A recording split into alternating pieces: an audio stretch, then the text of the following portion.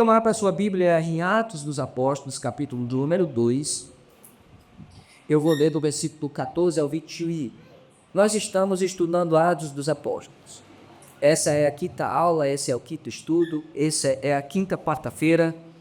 E nós estamos estudando versículo por versículo, capítulo por capítulo, mas não só estudando, mas queremos que tudo aquilo que aprendemos aqui nós possamos aplicar no nosso dia a dia. Nós queremos voltar literalmente ao Atos dos Apóstolos. E nós queremos aplicar isso na nossa vida, nós queremos aplicar isso na nossa igreja e queremos de alguma forma mostrar que não é da técnica, não é da eloquência do pregador, não é do conforto da igreja, não é nada disso o sucesso do evangelho.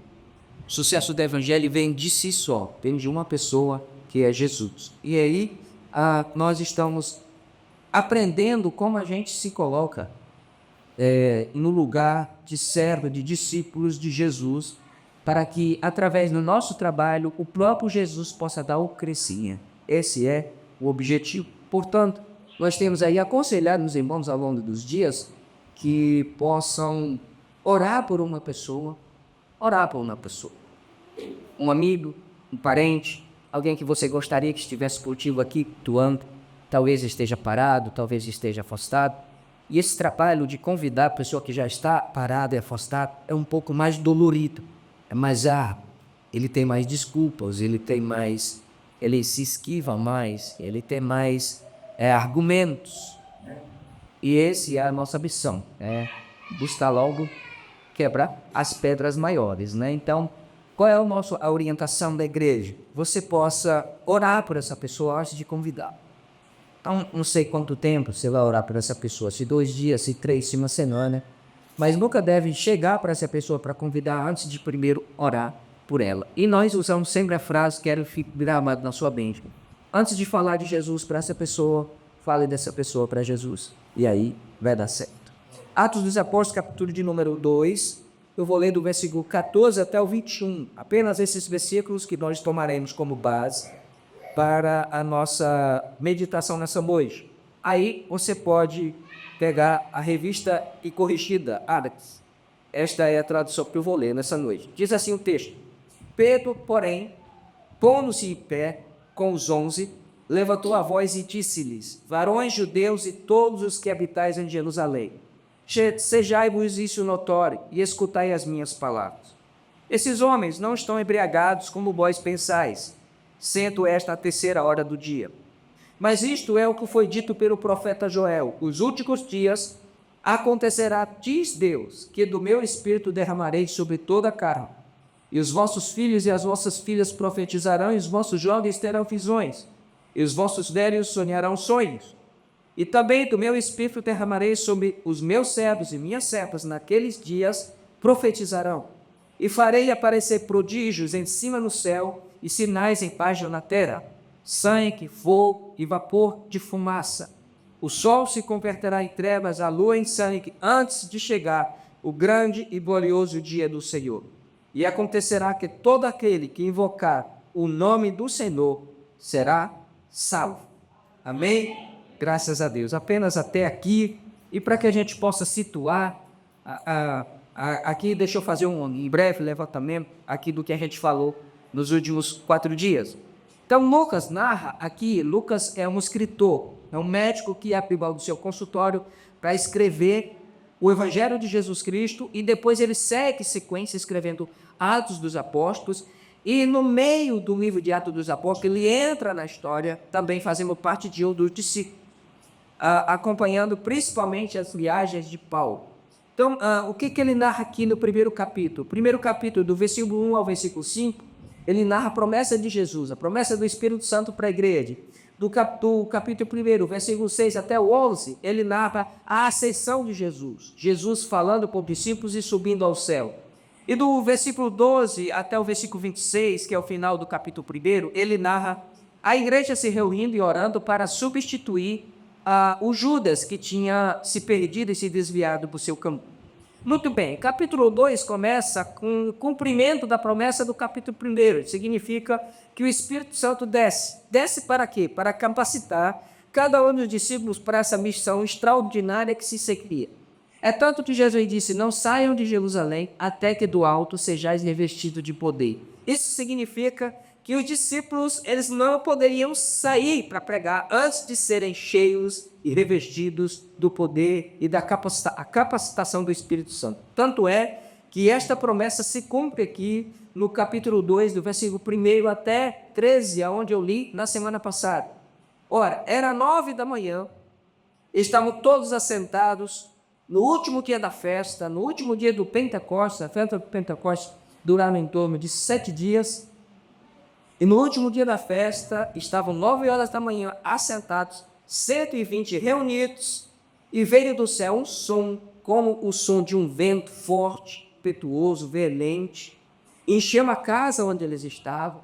Eles começaram a falar em outras línguas, inclusive língua das nações que estavam ali, e foram vistas sobre as suas cabeças línguas de fogo, como se fosse uma lamparina acesa, línguas de fogo saindo, uma manifestação visível do que aquilo que estava acontecendo era realmente a inauguração, a descida do Espírito Santo para encher aqueles 120 para a missão que se seguiria logo ali na frente.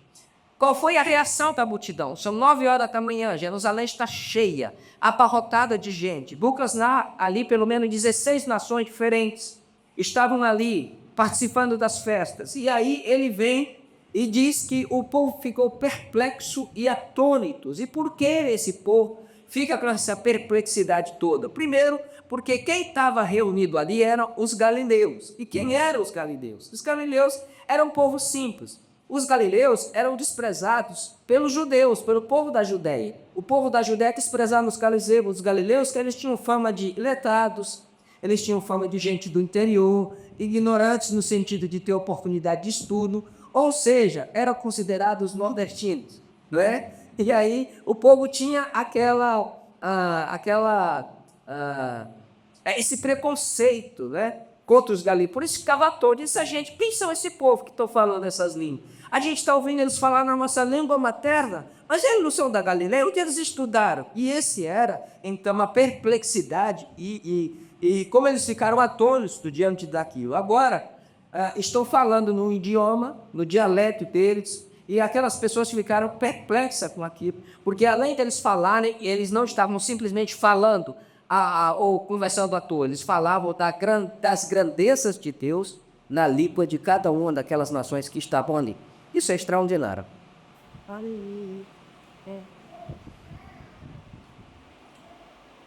Interessante aqui é que nesse dia, o Espírito desce e capacitam a todos para falar das grandezas de Deus. E ali tinham essas nações ali participando, porque os judeus eles se espalhavam. Ainda hoje tem judeus espalhados por todo mundo. E os judeus eles eram e tinham por obrigação de participar pelo menos de uma das 3 principais festas de Jerusalém, que era a Páscoa, a festa das cabanas ou tabernáculo e a festa do Pentecostes. Essas 3 principais festas, pelo menos, no judeu, ele deveria participar de uma delas, vindo de qualquer que seja a nação. E aí o Espírito desce. O que isso significa? Eles olharam para aquilo. O que significa isso? O que é isso, então? O que quer dizer isso? Qual é o sentido disso? E alguns olhando, zombavam. Diziam, não, estão embriagados. Isso aí, a galera tomou muita noite toda, amanheceu aí. Estão bêbados. E a partir daí, vem a parte que eu estou lendo. Pedro se levanta e traz uma palavra, ele traz um discurso, ele traz uma pregação. E aí, a gente tem aqui uma rica oportunidade de ver como era a pregação na igreja primitiva. Olha que coisa extraordinária. Como é que os irmãos da igreja primitiva pregavam? É diferente do de hoje? É a mesma coisa que hoje a gente prega da igreja primitiva? Olha só que coisa. E o resumo é que Lucas não escreve todo o discurso. Ele traz aqui um resumo. É claro que Pedro falou muito naquele dia, né? Então Pedro primeiro ele explica o que estava acontecendo. Ele falou, gente, são 9 horas da manhã. A gente não está aqui embriagado, não. porque os judeus eles não costumavam tomar nenhuma bebida forte da parte da manhã. É 9 horas da manhã, não é costume nosso, não estamos embriagados. Isso aqui é o cumprimento da profecia de Joel. E aí ele começa falando, explicando aquilo, mas também ele busca as escrituras para embasar a sua mensagem. Ele diz, olha, o que está acontecendo aqui é o que foi dito pelo profeta Joel. O interessante é que aqui, irmãos, ele fala nos últimos dias. Mas o profeta Joel não fala nos últimos dias. O profeta Joel fala aqui, no final dos tempos, diz Deus, acontecerá que derramaria do meu espírito. E aqui Pedro já fala nos últimos dias. Aliás, Joel diz depois disso. E aí Pedro diz nos últimos dias. Ou seja, ele estava dizendo, o que Joel profetizou há centenas de anos atrás está se cumprindo hoje aqui, nesta igreja, neste povo, o derramamento do Espírito Santo, para mostrar a causa da ressurreição de Jesus Cristo. Aliás, esse derramamento do Espírito Santo foi simplesmente o motivo pelo qual o Espírito foi derramado, era uma prova evidente, incontestável, inegável da ressurreição de Jesus. Se Jesus não tivesse ressuscitado, o Espírito teria se derramado.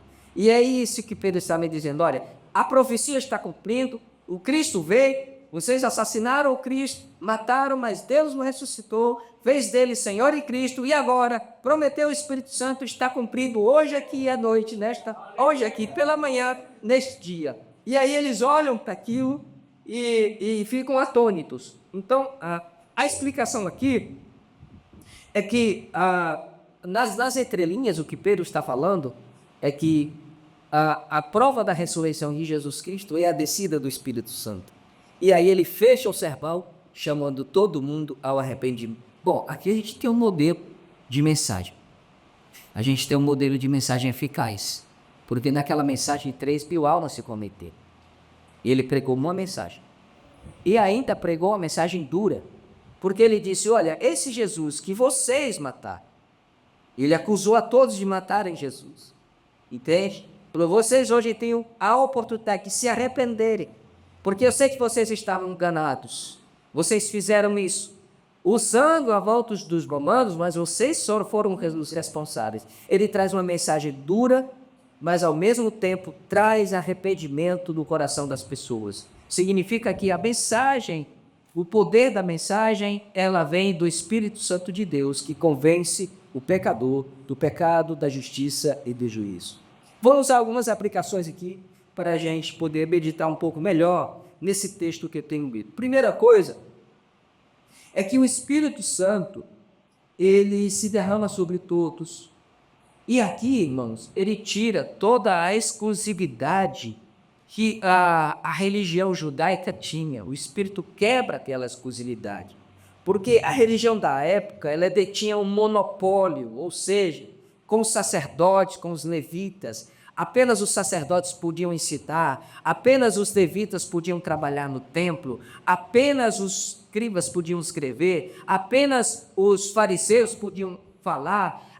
E aí a religião ficava monopolizada naquela gente que já tinha se perdido ao longo da caminhada, que tinham confrontado Jesus, aliás, foram os responsáveis por tramar por trás toda a morte de Jesus e toda a covardia que fizeram com ele.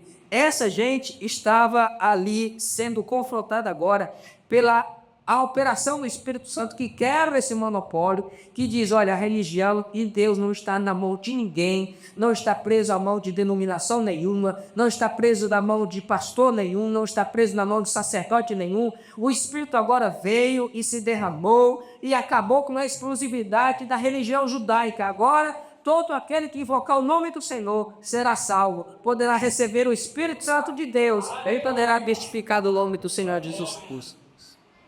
Jesus não cabe na religião. O bom é isso. Não cabe na religião. Ela é pequena demais para segurar Jesus. A religião é pequena demais, ela é medíocre demais. Os dogmas são pequenos demais para comportar Jesus. As escrituras são pequenas demais para comportar Jesus. O que dá sentido às escrituras é Jesus. É o Verbo, é o Espírito encarnado, é o Deus que se torna homem, é Deus se tornando do meu tamanho, com o meu número, para assumir o meu lugar sem pecado, para se oferecer como cordeiro. Isso não cabe dentro de dogma, dentro de religião. Então o Espírito veio, irmãos, e ele quebra toda essa exclusividade. E ainda hoje estão querendo monopolizar, estão querendo tirar essa exclusividade do Espírito e colocar na mão de algumas igrejas, algumas denominações, algumas grandes, e alguns dizem aqui Deus está, ali Deus não está, ali Deus opera, ali Deus não opera, mas a gente, pelas Escrituras, sabe que o Espírito opera onde tiver um coração aberto, de escolher, para ele trabalhar, ali o Espírito Santo opera. Aleluia! E olha, o Espírito gosta de pegar gente que é totalmente fora da religião. Totalmente fora. Glória a Deus, aleluia. Hoje estou bem irritado. E aqui ele diz assim, olha. Esta é um cumprimento da promessa. Existiu a promessa. Então o Espírito demonstra, ou ele desmonta toda essa exclusividade da religião. Porque ele vem, se derrama sobre todos, sem distinção de maior, de menor, de classe social, de hierarquia, se eram doutores, se eram idoudos, se eram grandes, se eram pequenos. Ele simplesmente veio naquele dia e encheu, o texto é claro, a todos. O Espírito está disponível para encher a todos. Aleluia. Amém? A todos. Se não estamos cheios como deveríamos estar, não é culpa do Espírito. É às vezes negligência nossa, mas ele está pronto para encher a todos, porque a promessa ainda está de pé. Cristo ainda não veio buscar a igreja, o Espírito ainda está aqui para se derramar de forma extraordinária sobre todos. Sobre todos. A segunda coisa, texto, que é inegável a gente ver o poder da exposição da palavra.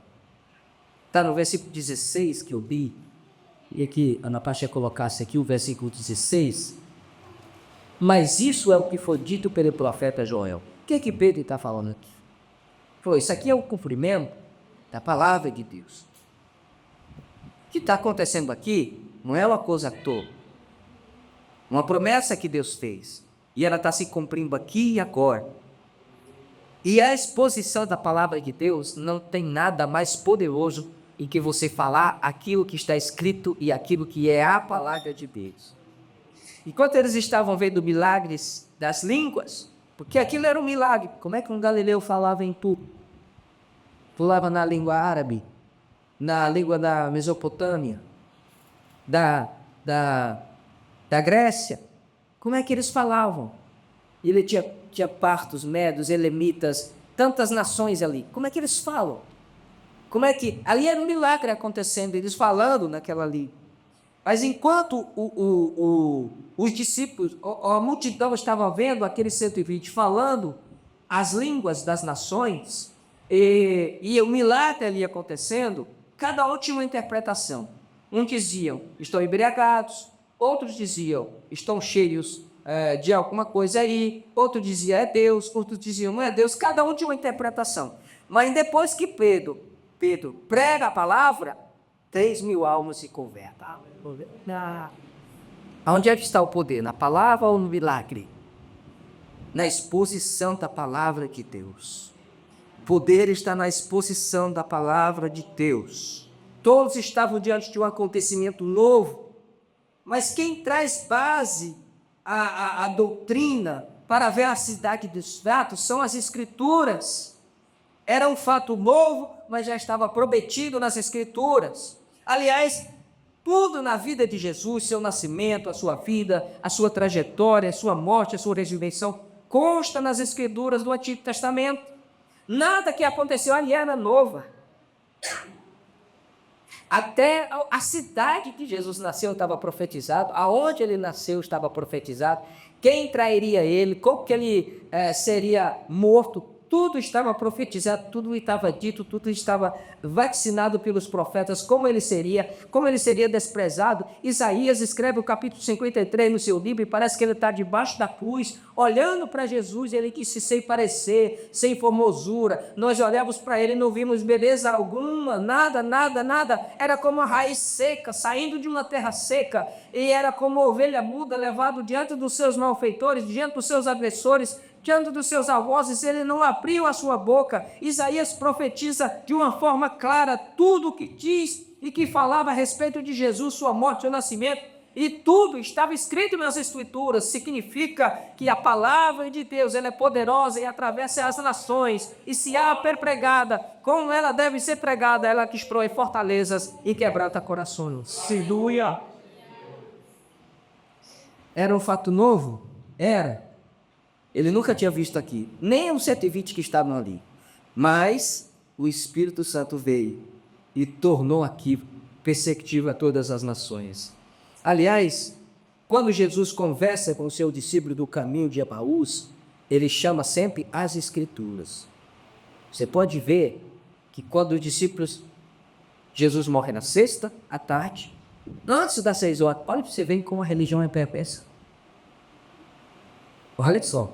Que perversidade. Eles matam Jesus, não com as próprias mãos, mas o sabor dos romanos. Faz uma manobra para matar Jesus, porque Jesus não deveria ser morto por crucificação, porque a pena de morte para os judeus é apedrejamento. Romanos é que a pena de morte, na pena capital dos romanos, era a crucificação. Eles fazem uma manobra dizendo que Jesus tinha se insurgido como rei e o único rei era César. E com isso eles trazem essa história diante de Pilatos. Pilatos tenta se esquivar de todas as maneiras. Até a esposa dele chega e diz, rapaz, eu tive um sono, eu muito sofri ontem por causa desse paciente. Toma cuidado. Mas Pilatos foi covarde, lavou as mãos, entregou ele para os judeus. O que vocês querem que faça? Crucifique. Foi manobra deles. Não puderam enfrentá-lo, não puderam contradizer a sua doutrina, não puderam contradizer a sua autoridade, então subornaram e fizeram uma manobra para entregar ele para os judeus para os romanos para ser crucificado. No entanto, tudo isso que eles estavam fazendo também era o cumprimento das Escrituras, porque por trás das decisões humanas tem sempre a mão de Deus trabalhando para todas as casas. E aí, eles conduzem aquilo, 6 horas da tarde, Jesus corre, eles prendem ele na quinta-feira à noite, batem bastante pela madrugada, julgam ele a rebelia pela madrugada, depois apresentam de manhãzinha cedo para Pilatos, Pilatos chicoteia ele, vou apresentar ele todo ensanguentado, aí eles vão se dar satisfeitos, mas quando ele apresenta diante dele, nós queremos a morte dele. Depois ele tenta se esquivar, trazendo um prisioneiro para dar a anistia. Falou, vou trazer o pior que tem, é Barrabás, ou vou colocar aqui Jesus. E a multidão escolheu Barrabás e pediu que Jesus fosse crucificado, porque a multidão nem sempre tem a razão, se a multidão nem sempre sabe escolher, a maioria nem sempre sabe o que é bom. Aprenda isso, entenda isso. A maioria nem sempre escolhe aquilo que é puro, que é honesto, que é bom, que é de boa fama. E aí eles pegam... então tiram a roupa de Jesus, colocam a cruz, colocam a coroa de espinho, depois põem a capa sobre ele, batem na cabeça dele, faz ele levar a cruz até lá em cima, ele é crucificado. No meio-dia a Bíblia diz que o sol escurece, as pedras, a terra treme, acontecem muitas coisas, ali 3 horas da tarde Jesus morre. E quando Jesus morre, eles vão tirar o corpo dele da cruz, porque 6 horas, já era sexta-feira, 6 horas, já é o sábado, é o descanso. Nós precisamos adorar a Deus no nosso descanso. Os caras estavam matando um inocente, tirando as pressas da cruz antes das 6 horas, porque eles precisavam adorar a Deus no sábado. Olha o tamanho da perversidade da religião. Por isso que eu digo, meus irmãos, que o poder de Deus e a descida do Espírito Santo foi para quebrar esse jugo que a religião coloca nas pessoas. Ainda hoje tem gente cabrestada sob o jugo da religião, sob o jugo de líderes desonestos, déspotas, que se montam em cima do povo, surrupiam o povo, arrancam o dinheiro do povo, sobre ofertas mirabolantes que não está nas Escrituras, sobre uma oferta de um evangelho que a Bíblia não dá base para esse evangelho, e prometem tantas coisas, vendem Jesus, e o primeiro que vendeu Jesus foi Judas, e hoje eles estão vendendo Jesus por tudo que é dinheiro barato, por tudo que é oferta barata, vendem Jesus por carros. E essa é a minha indignação.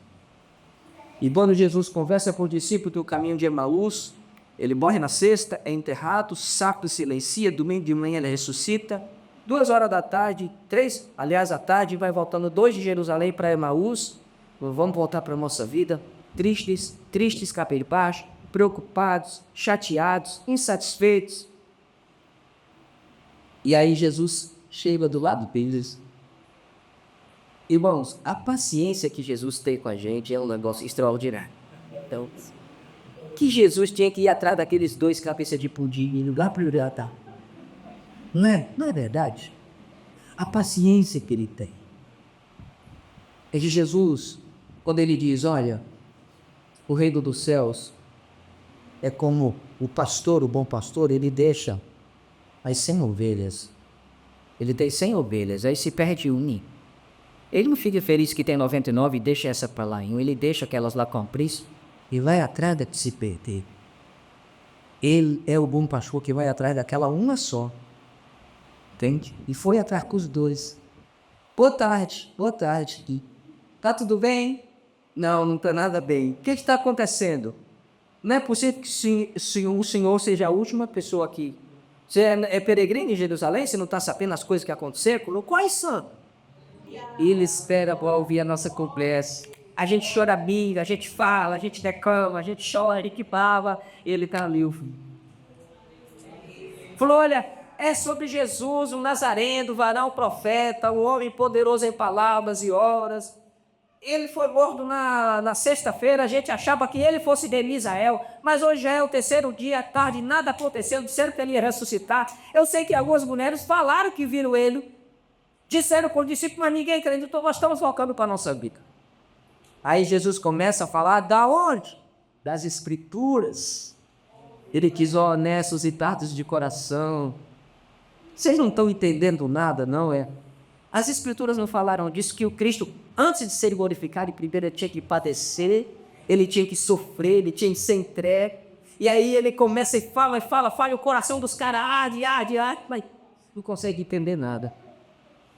De tardezinha eles chegam, falam, olha, hoje a caminhada, fica com a gente até para cá. Vamos jantar, tu dorme aqui, depois tu continua a caminhada. Falou, tá bom. E aí quando eles entram, que eles colocam o pão na mesa, Jesus agradece dele. Eu não sei, não quero afirmar, mas os judeus sempre erguem assim o pão, né, para agradecer. Não sei se eles viram os buracos da pandeiro. Não sei que eles viram Jesus dar graça pelo pão muitas vezes. Quando Jesus dá graça pelo pão, desaparece. E quando reconhece Jesus, desaparece deles. Só que eles estavam com medo da noite chegada, mas na mesma hora eles voltaram para Jerusalém. Na mesma hora eles voltaram para Jerusalém. É verdade, ele apareceu para a gente, sentou com a gente na mesa e quando ele deu essa pelo pão, desapareceu. Irmãos, o poder está na palavra, na exposição da palavra de Deus. O poder da pregação que Pedro estava porque ele expôs a palavra de Deus.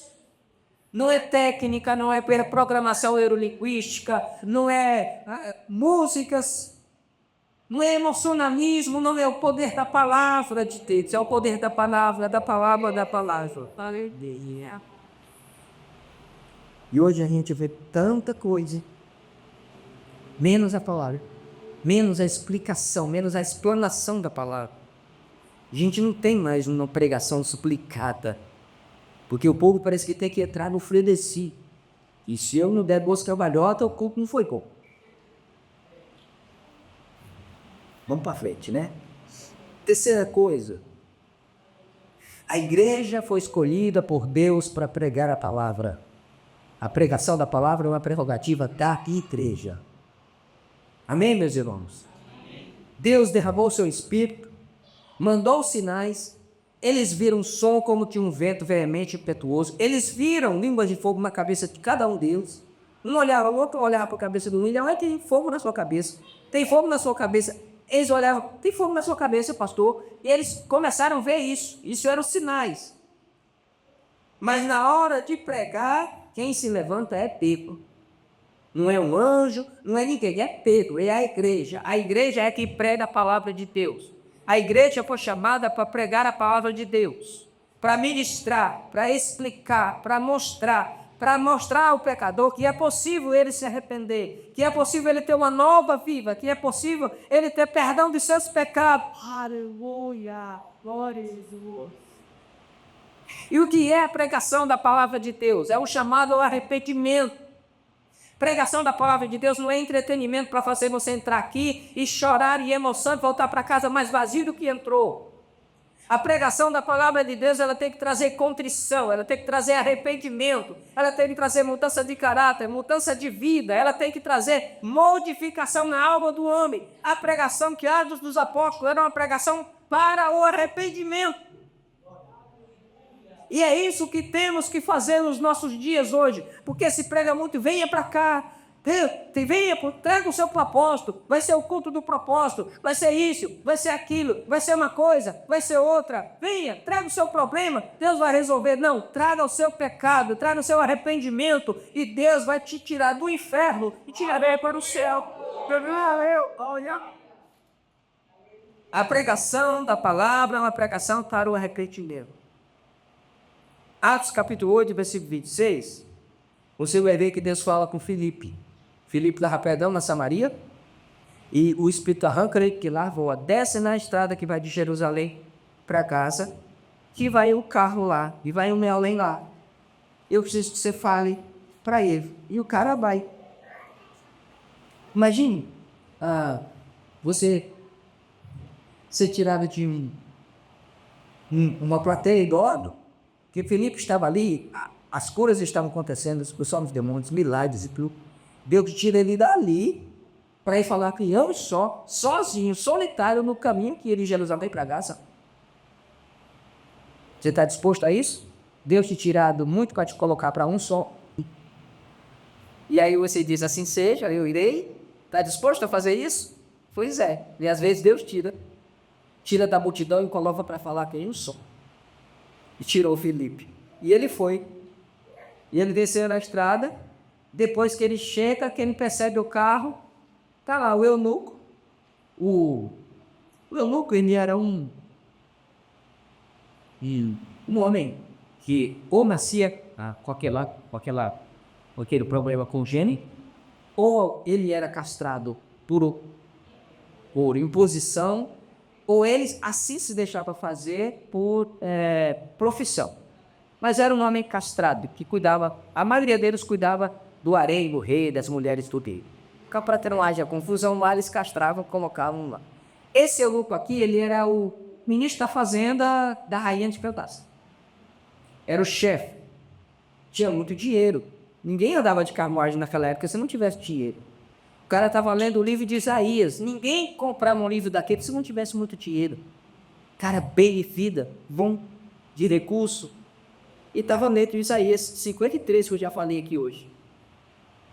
E aí, Filipe correndo atrás, com a língua mais de fora. E aí, tá entendendo o que você está lendo? Ele falou, o profeta está falando aqui dele com ele de outro. Aí falou, você quer uma explicação, professor? Daqui. Aí boia para a carruagem. E aí Filipe explica as escrituras. Você pega lá, Atos capítulo 8, versículo 6 diante, você vai ver que explicação é essa. Em todas as mensagens, em todos os testemunhos de Atos dos Apóstolos, é a palavra de Deus que é exposta, meu irmão. É a palavra de Deus que é exposta. É a palavra de Deus que é exposta. E é a igreja que foi escolhida para pregar a palavra de Deus. E aí a palavra foi tão forte no coração daquele homem, que ele disse assim, tem água ali. Eu posso me batizar? Ele falou, pode, se tu crer. Não perguntou se era casado, se era amancebado, se... Não perguntou nada. Nada. Se eu crer, creio. Então vamos lá. Mergulha o camarada desceram até as águas, batiza o camarada, e depois que batiza o Espírito, ó, tira Filipe e põe ele em outro lugar. Azoto, outra cidade. E tem isso, irmãos. Ó, Deus tira ele de lá, através de um anjo, coloca ele na estrada, depois arrebata o camarada e coloca lá, mas na hora de pregar a palavra, quem prega é Filipe. Deus pode realizar milagre na sua vida, pode te mandar profecia, mas na hora de pregar a palavra, não terceirize. É você que tem que pregar a palavra. É a igreja minha chamada para pregar a palavra de Deus. E Estevão, então, diante dos algozes? Não tem na Bíblia, no Novo Testamento, um discurso mais completo, mais bonito do que a pregação de Estevão. Não tem, não tem. Pense no camarada inteligente. Quem era ele? Conferencista? Não, era diácono. Entregava a cesta básica para as viúvas. É isso. A gente hoje está bonito, sabe? Muita cores, holofote. Esquece que nós somos o barro. Nós somos os servos. Nós somos barro na mão do oleiro. E se não tivermos a palavra em dentro de nós, não existe em nós coisa alguma que possa interessar a ninguém. Se a palavra for tirada de nós, acabou a nossa amiga. Aleluia! E se a igreja não pregar a palavra, a igreja não tem mais sentido. Ela não tem mais por que insistir se ela deixar de pregar a palavra. E se ela pregar a palavra distorcida, também perdeu sentido, perdeu significado. Precisa pregar a palavra como ela é. A Bíblia diz que Estevão, diante dos seus algozes, eles subornaram pessoas, compraram, deram dinheiro para pessoas, nós disseram uma mentira, dizendo que Estevão estava blasfemando, para poderem apedrejar o rapaz. E diante dos seus algozes, ele falava, e aí o texto diz, eles não podiam resistir à sabedoria de Estevão, e o rosto do cara brilhava com o rosto do anjo. Ah, meu amor. Esse poder essa prerrogativa que Deus dá para a igreja, Jesus, que haja brilho na hora de expor a palavra, clareza. Tenha uma palavra, às vezes eu fico triste, às vezes quando eu vejo até grandes pastores, tem os seus problemas na semana na igreja, cheio de noite, ele prega o problema que ele viveu durante a semana. Aquela mensagem direcionada e terceirizada para alguém. Como se fosse uma indireta para alguém. E os outros que vieram? Boiam. Parece que é o problema que está ditando o tipo da mensagem da noite. A mensagem tem que ser pregada e ela tem que ser dita pelo Espírito Santo. Ele é o dono da igreja, ele sabe que a igreja nasceu. Pedro aqui está chamando as Escrituras como fundamento e prova do cumprimento daquele acontecimento. Ele diz aqui, ó, o que está acontecendo foi Joel que disse, eu não estou inventando nada aqui. Bom, poderia dizer também sobre Atos 10. E Atos 10 também foi outra coisa muito interessante. Que Cornélio dava suas esmolas e era um cara da corte italiana, não era judeu. E as esmolas foi ouvida no céu, ele recebe a visita de um ser, de um anjo. Ele se assusta muito, falou, não tenha medo. Mas as tuas esmolas foi vista no céu, as tuas ofertas também. Só que tem assim, lá na beira da praia, lá em Jope, tem um homem chamado Simão. Esse Simão trabalha curtindo o couro, aquilo fede. Trabalha curtindo o couro. E na casa dele tem outro homem também chamado Simão, Pedro, está hospedado lá. Manda chamar ele que ele vai te dizer o que você tem que fazer. O cara se levanta de manhã, pega os criados dele e falou, vai lá na cidade de Jope, na casa de Simão, lá tem um outro Simão hospedado, e manda ele vir aqui. E chama Pedro, e aí o cara vai lá, aí Pedro, demorando, saiu o almoço, ele sobe para a laje da casa, faz uma oração, e aí foi preciso Deus falar com ele, e ele via um lençol descido, é uma espécie de um lençol, como se fosse preso pelas 4 pontas, por toda espécie de animais impuros, segundo a lei, répteis, quadrúpedes, e aí ele ouviu uma voz, Pedro, mata e come. Ele falou, não, encontrou coisa imunda na minha boca. E aí a voz dizia, não considere imundo aqui, porque Deus te chucou. E aí quando chega lá batendo na porta, Pedro está aqui, o Simão falou, tá, sou eu. Ó, meu patrão mandou te chamar assim, assim, assim, vovó. Chega lá, tá todo mundo reunido em casa. Aí Cornélio diz assim, olha, nós te mandamos chamar, tu fizeste bem em vir. Agora estamos todos reunidos para ouvir tudo quanto de Deus tu tem que nos falar. O cara, esse Deus é maravilhoso. Aí o cara começa a falar. Começa a falar o quê? Dele? Não, as escrituras, irmãos. Ele começa a pregar as escrituras, ele começa a falar a palavra de Deus. Não tem que inventar moda, irmão, tem que falar a palavra, é só a palavra por si só, ela é poderosa. E é prerrogativa da igreja, ó, ele manda um anjo falar com Cornélio, ele manda um outro anjo falar com Pedro lá, mostrar a visão para ele, faz essa trama toda. Por que ele não mandou um anjo exatamente direto para Cornélio para explicar para ele? Porque não é anjo que prega o evangelho, é a igreja que prega o evangelho. Gente, os sinais vêm para confirmar, mas nunca deve ser o motivo pelo qual a pessoa deve se aproximar de Jesus. Quarta coisa, o poder não é nada mais sublime do que a mensagem. Porque o poder está no mensageiro, está na mensagem. Mas que tem um grande pregador. Vamos ouvir o grande pregador. Não é grande pregador. Não. O poder está ali, o poder está na mensagem. Os caras eram galileus. Aliás, o jeito que galileus seriam, ali pela religião judaica, seriam os últimos a serem escolhidos para essa missão. Ele podia escolher todo mundo, até o samaritano, mas galileu? Não, esse povo tem nem culpa. Jesus nasce, espera quase 30 anos para começar a sua missão. 3 anos depois, ele completa tudo, morre, ressuscita, e ele consegue ajuntar durante todo esse tempo 120 pessoas numa sala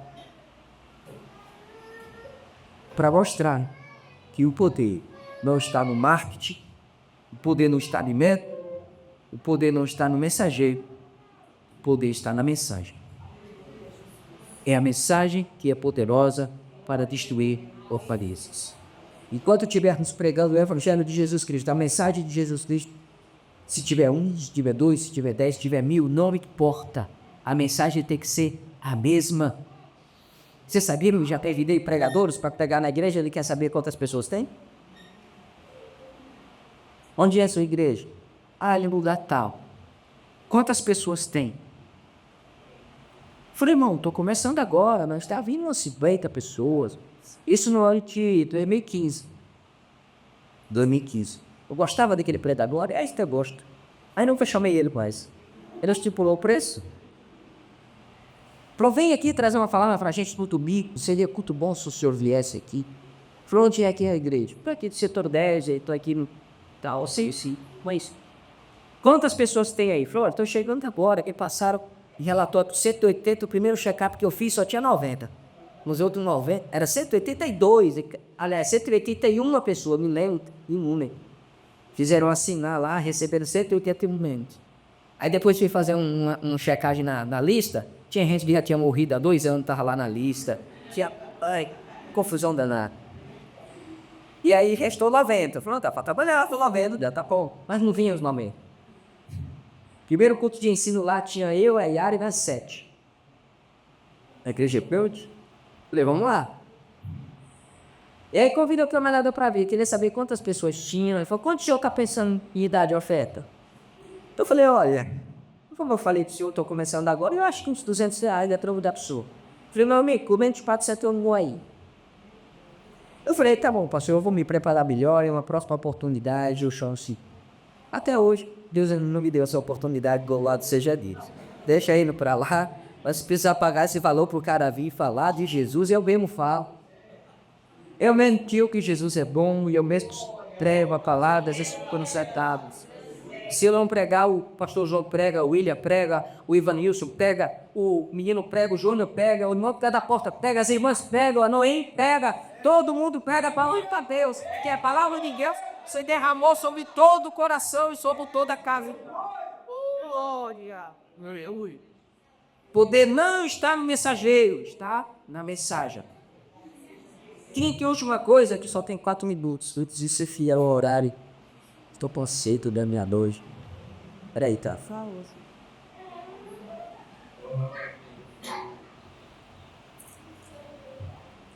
Aliás, é sempre bom. Só uma pausa aqui. A gente sempre ouvia as esposas, né, as mulheres.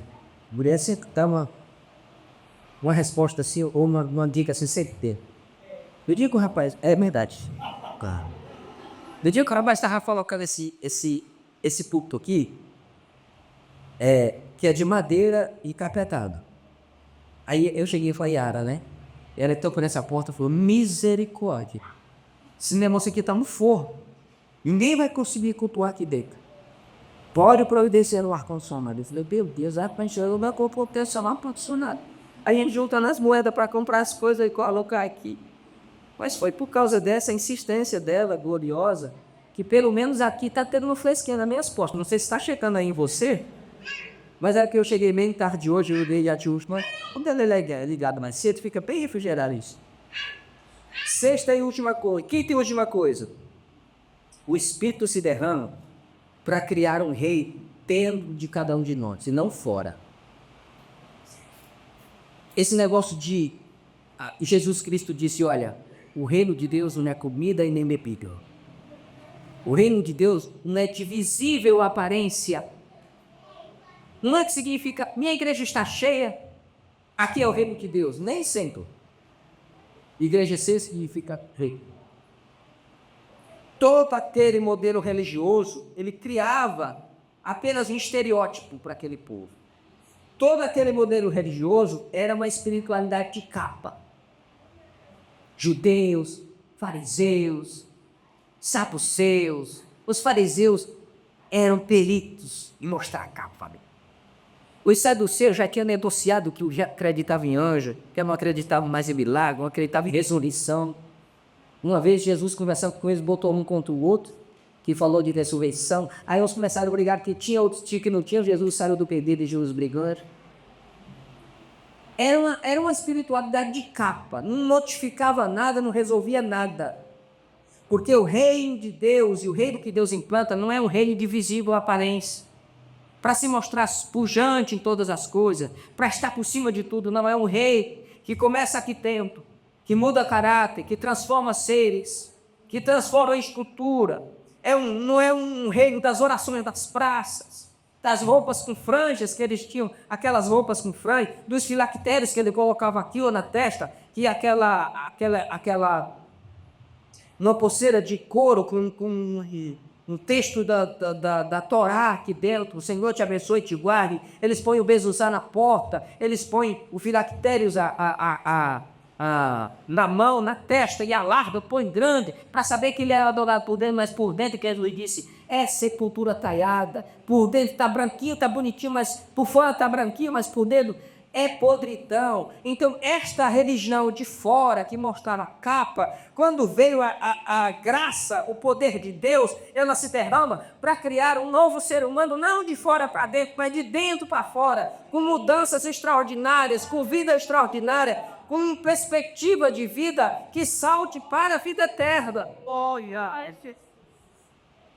E essa espiritualidade da capa, ela busca aplausos, ela busca a oferta da nota balançando, daquele jejum com cara triste, que é para todo mundo perceber que está jejumando, dessa religiosidade exclusiva.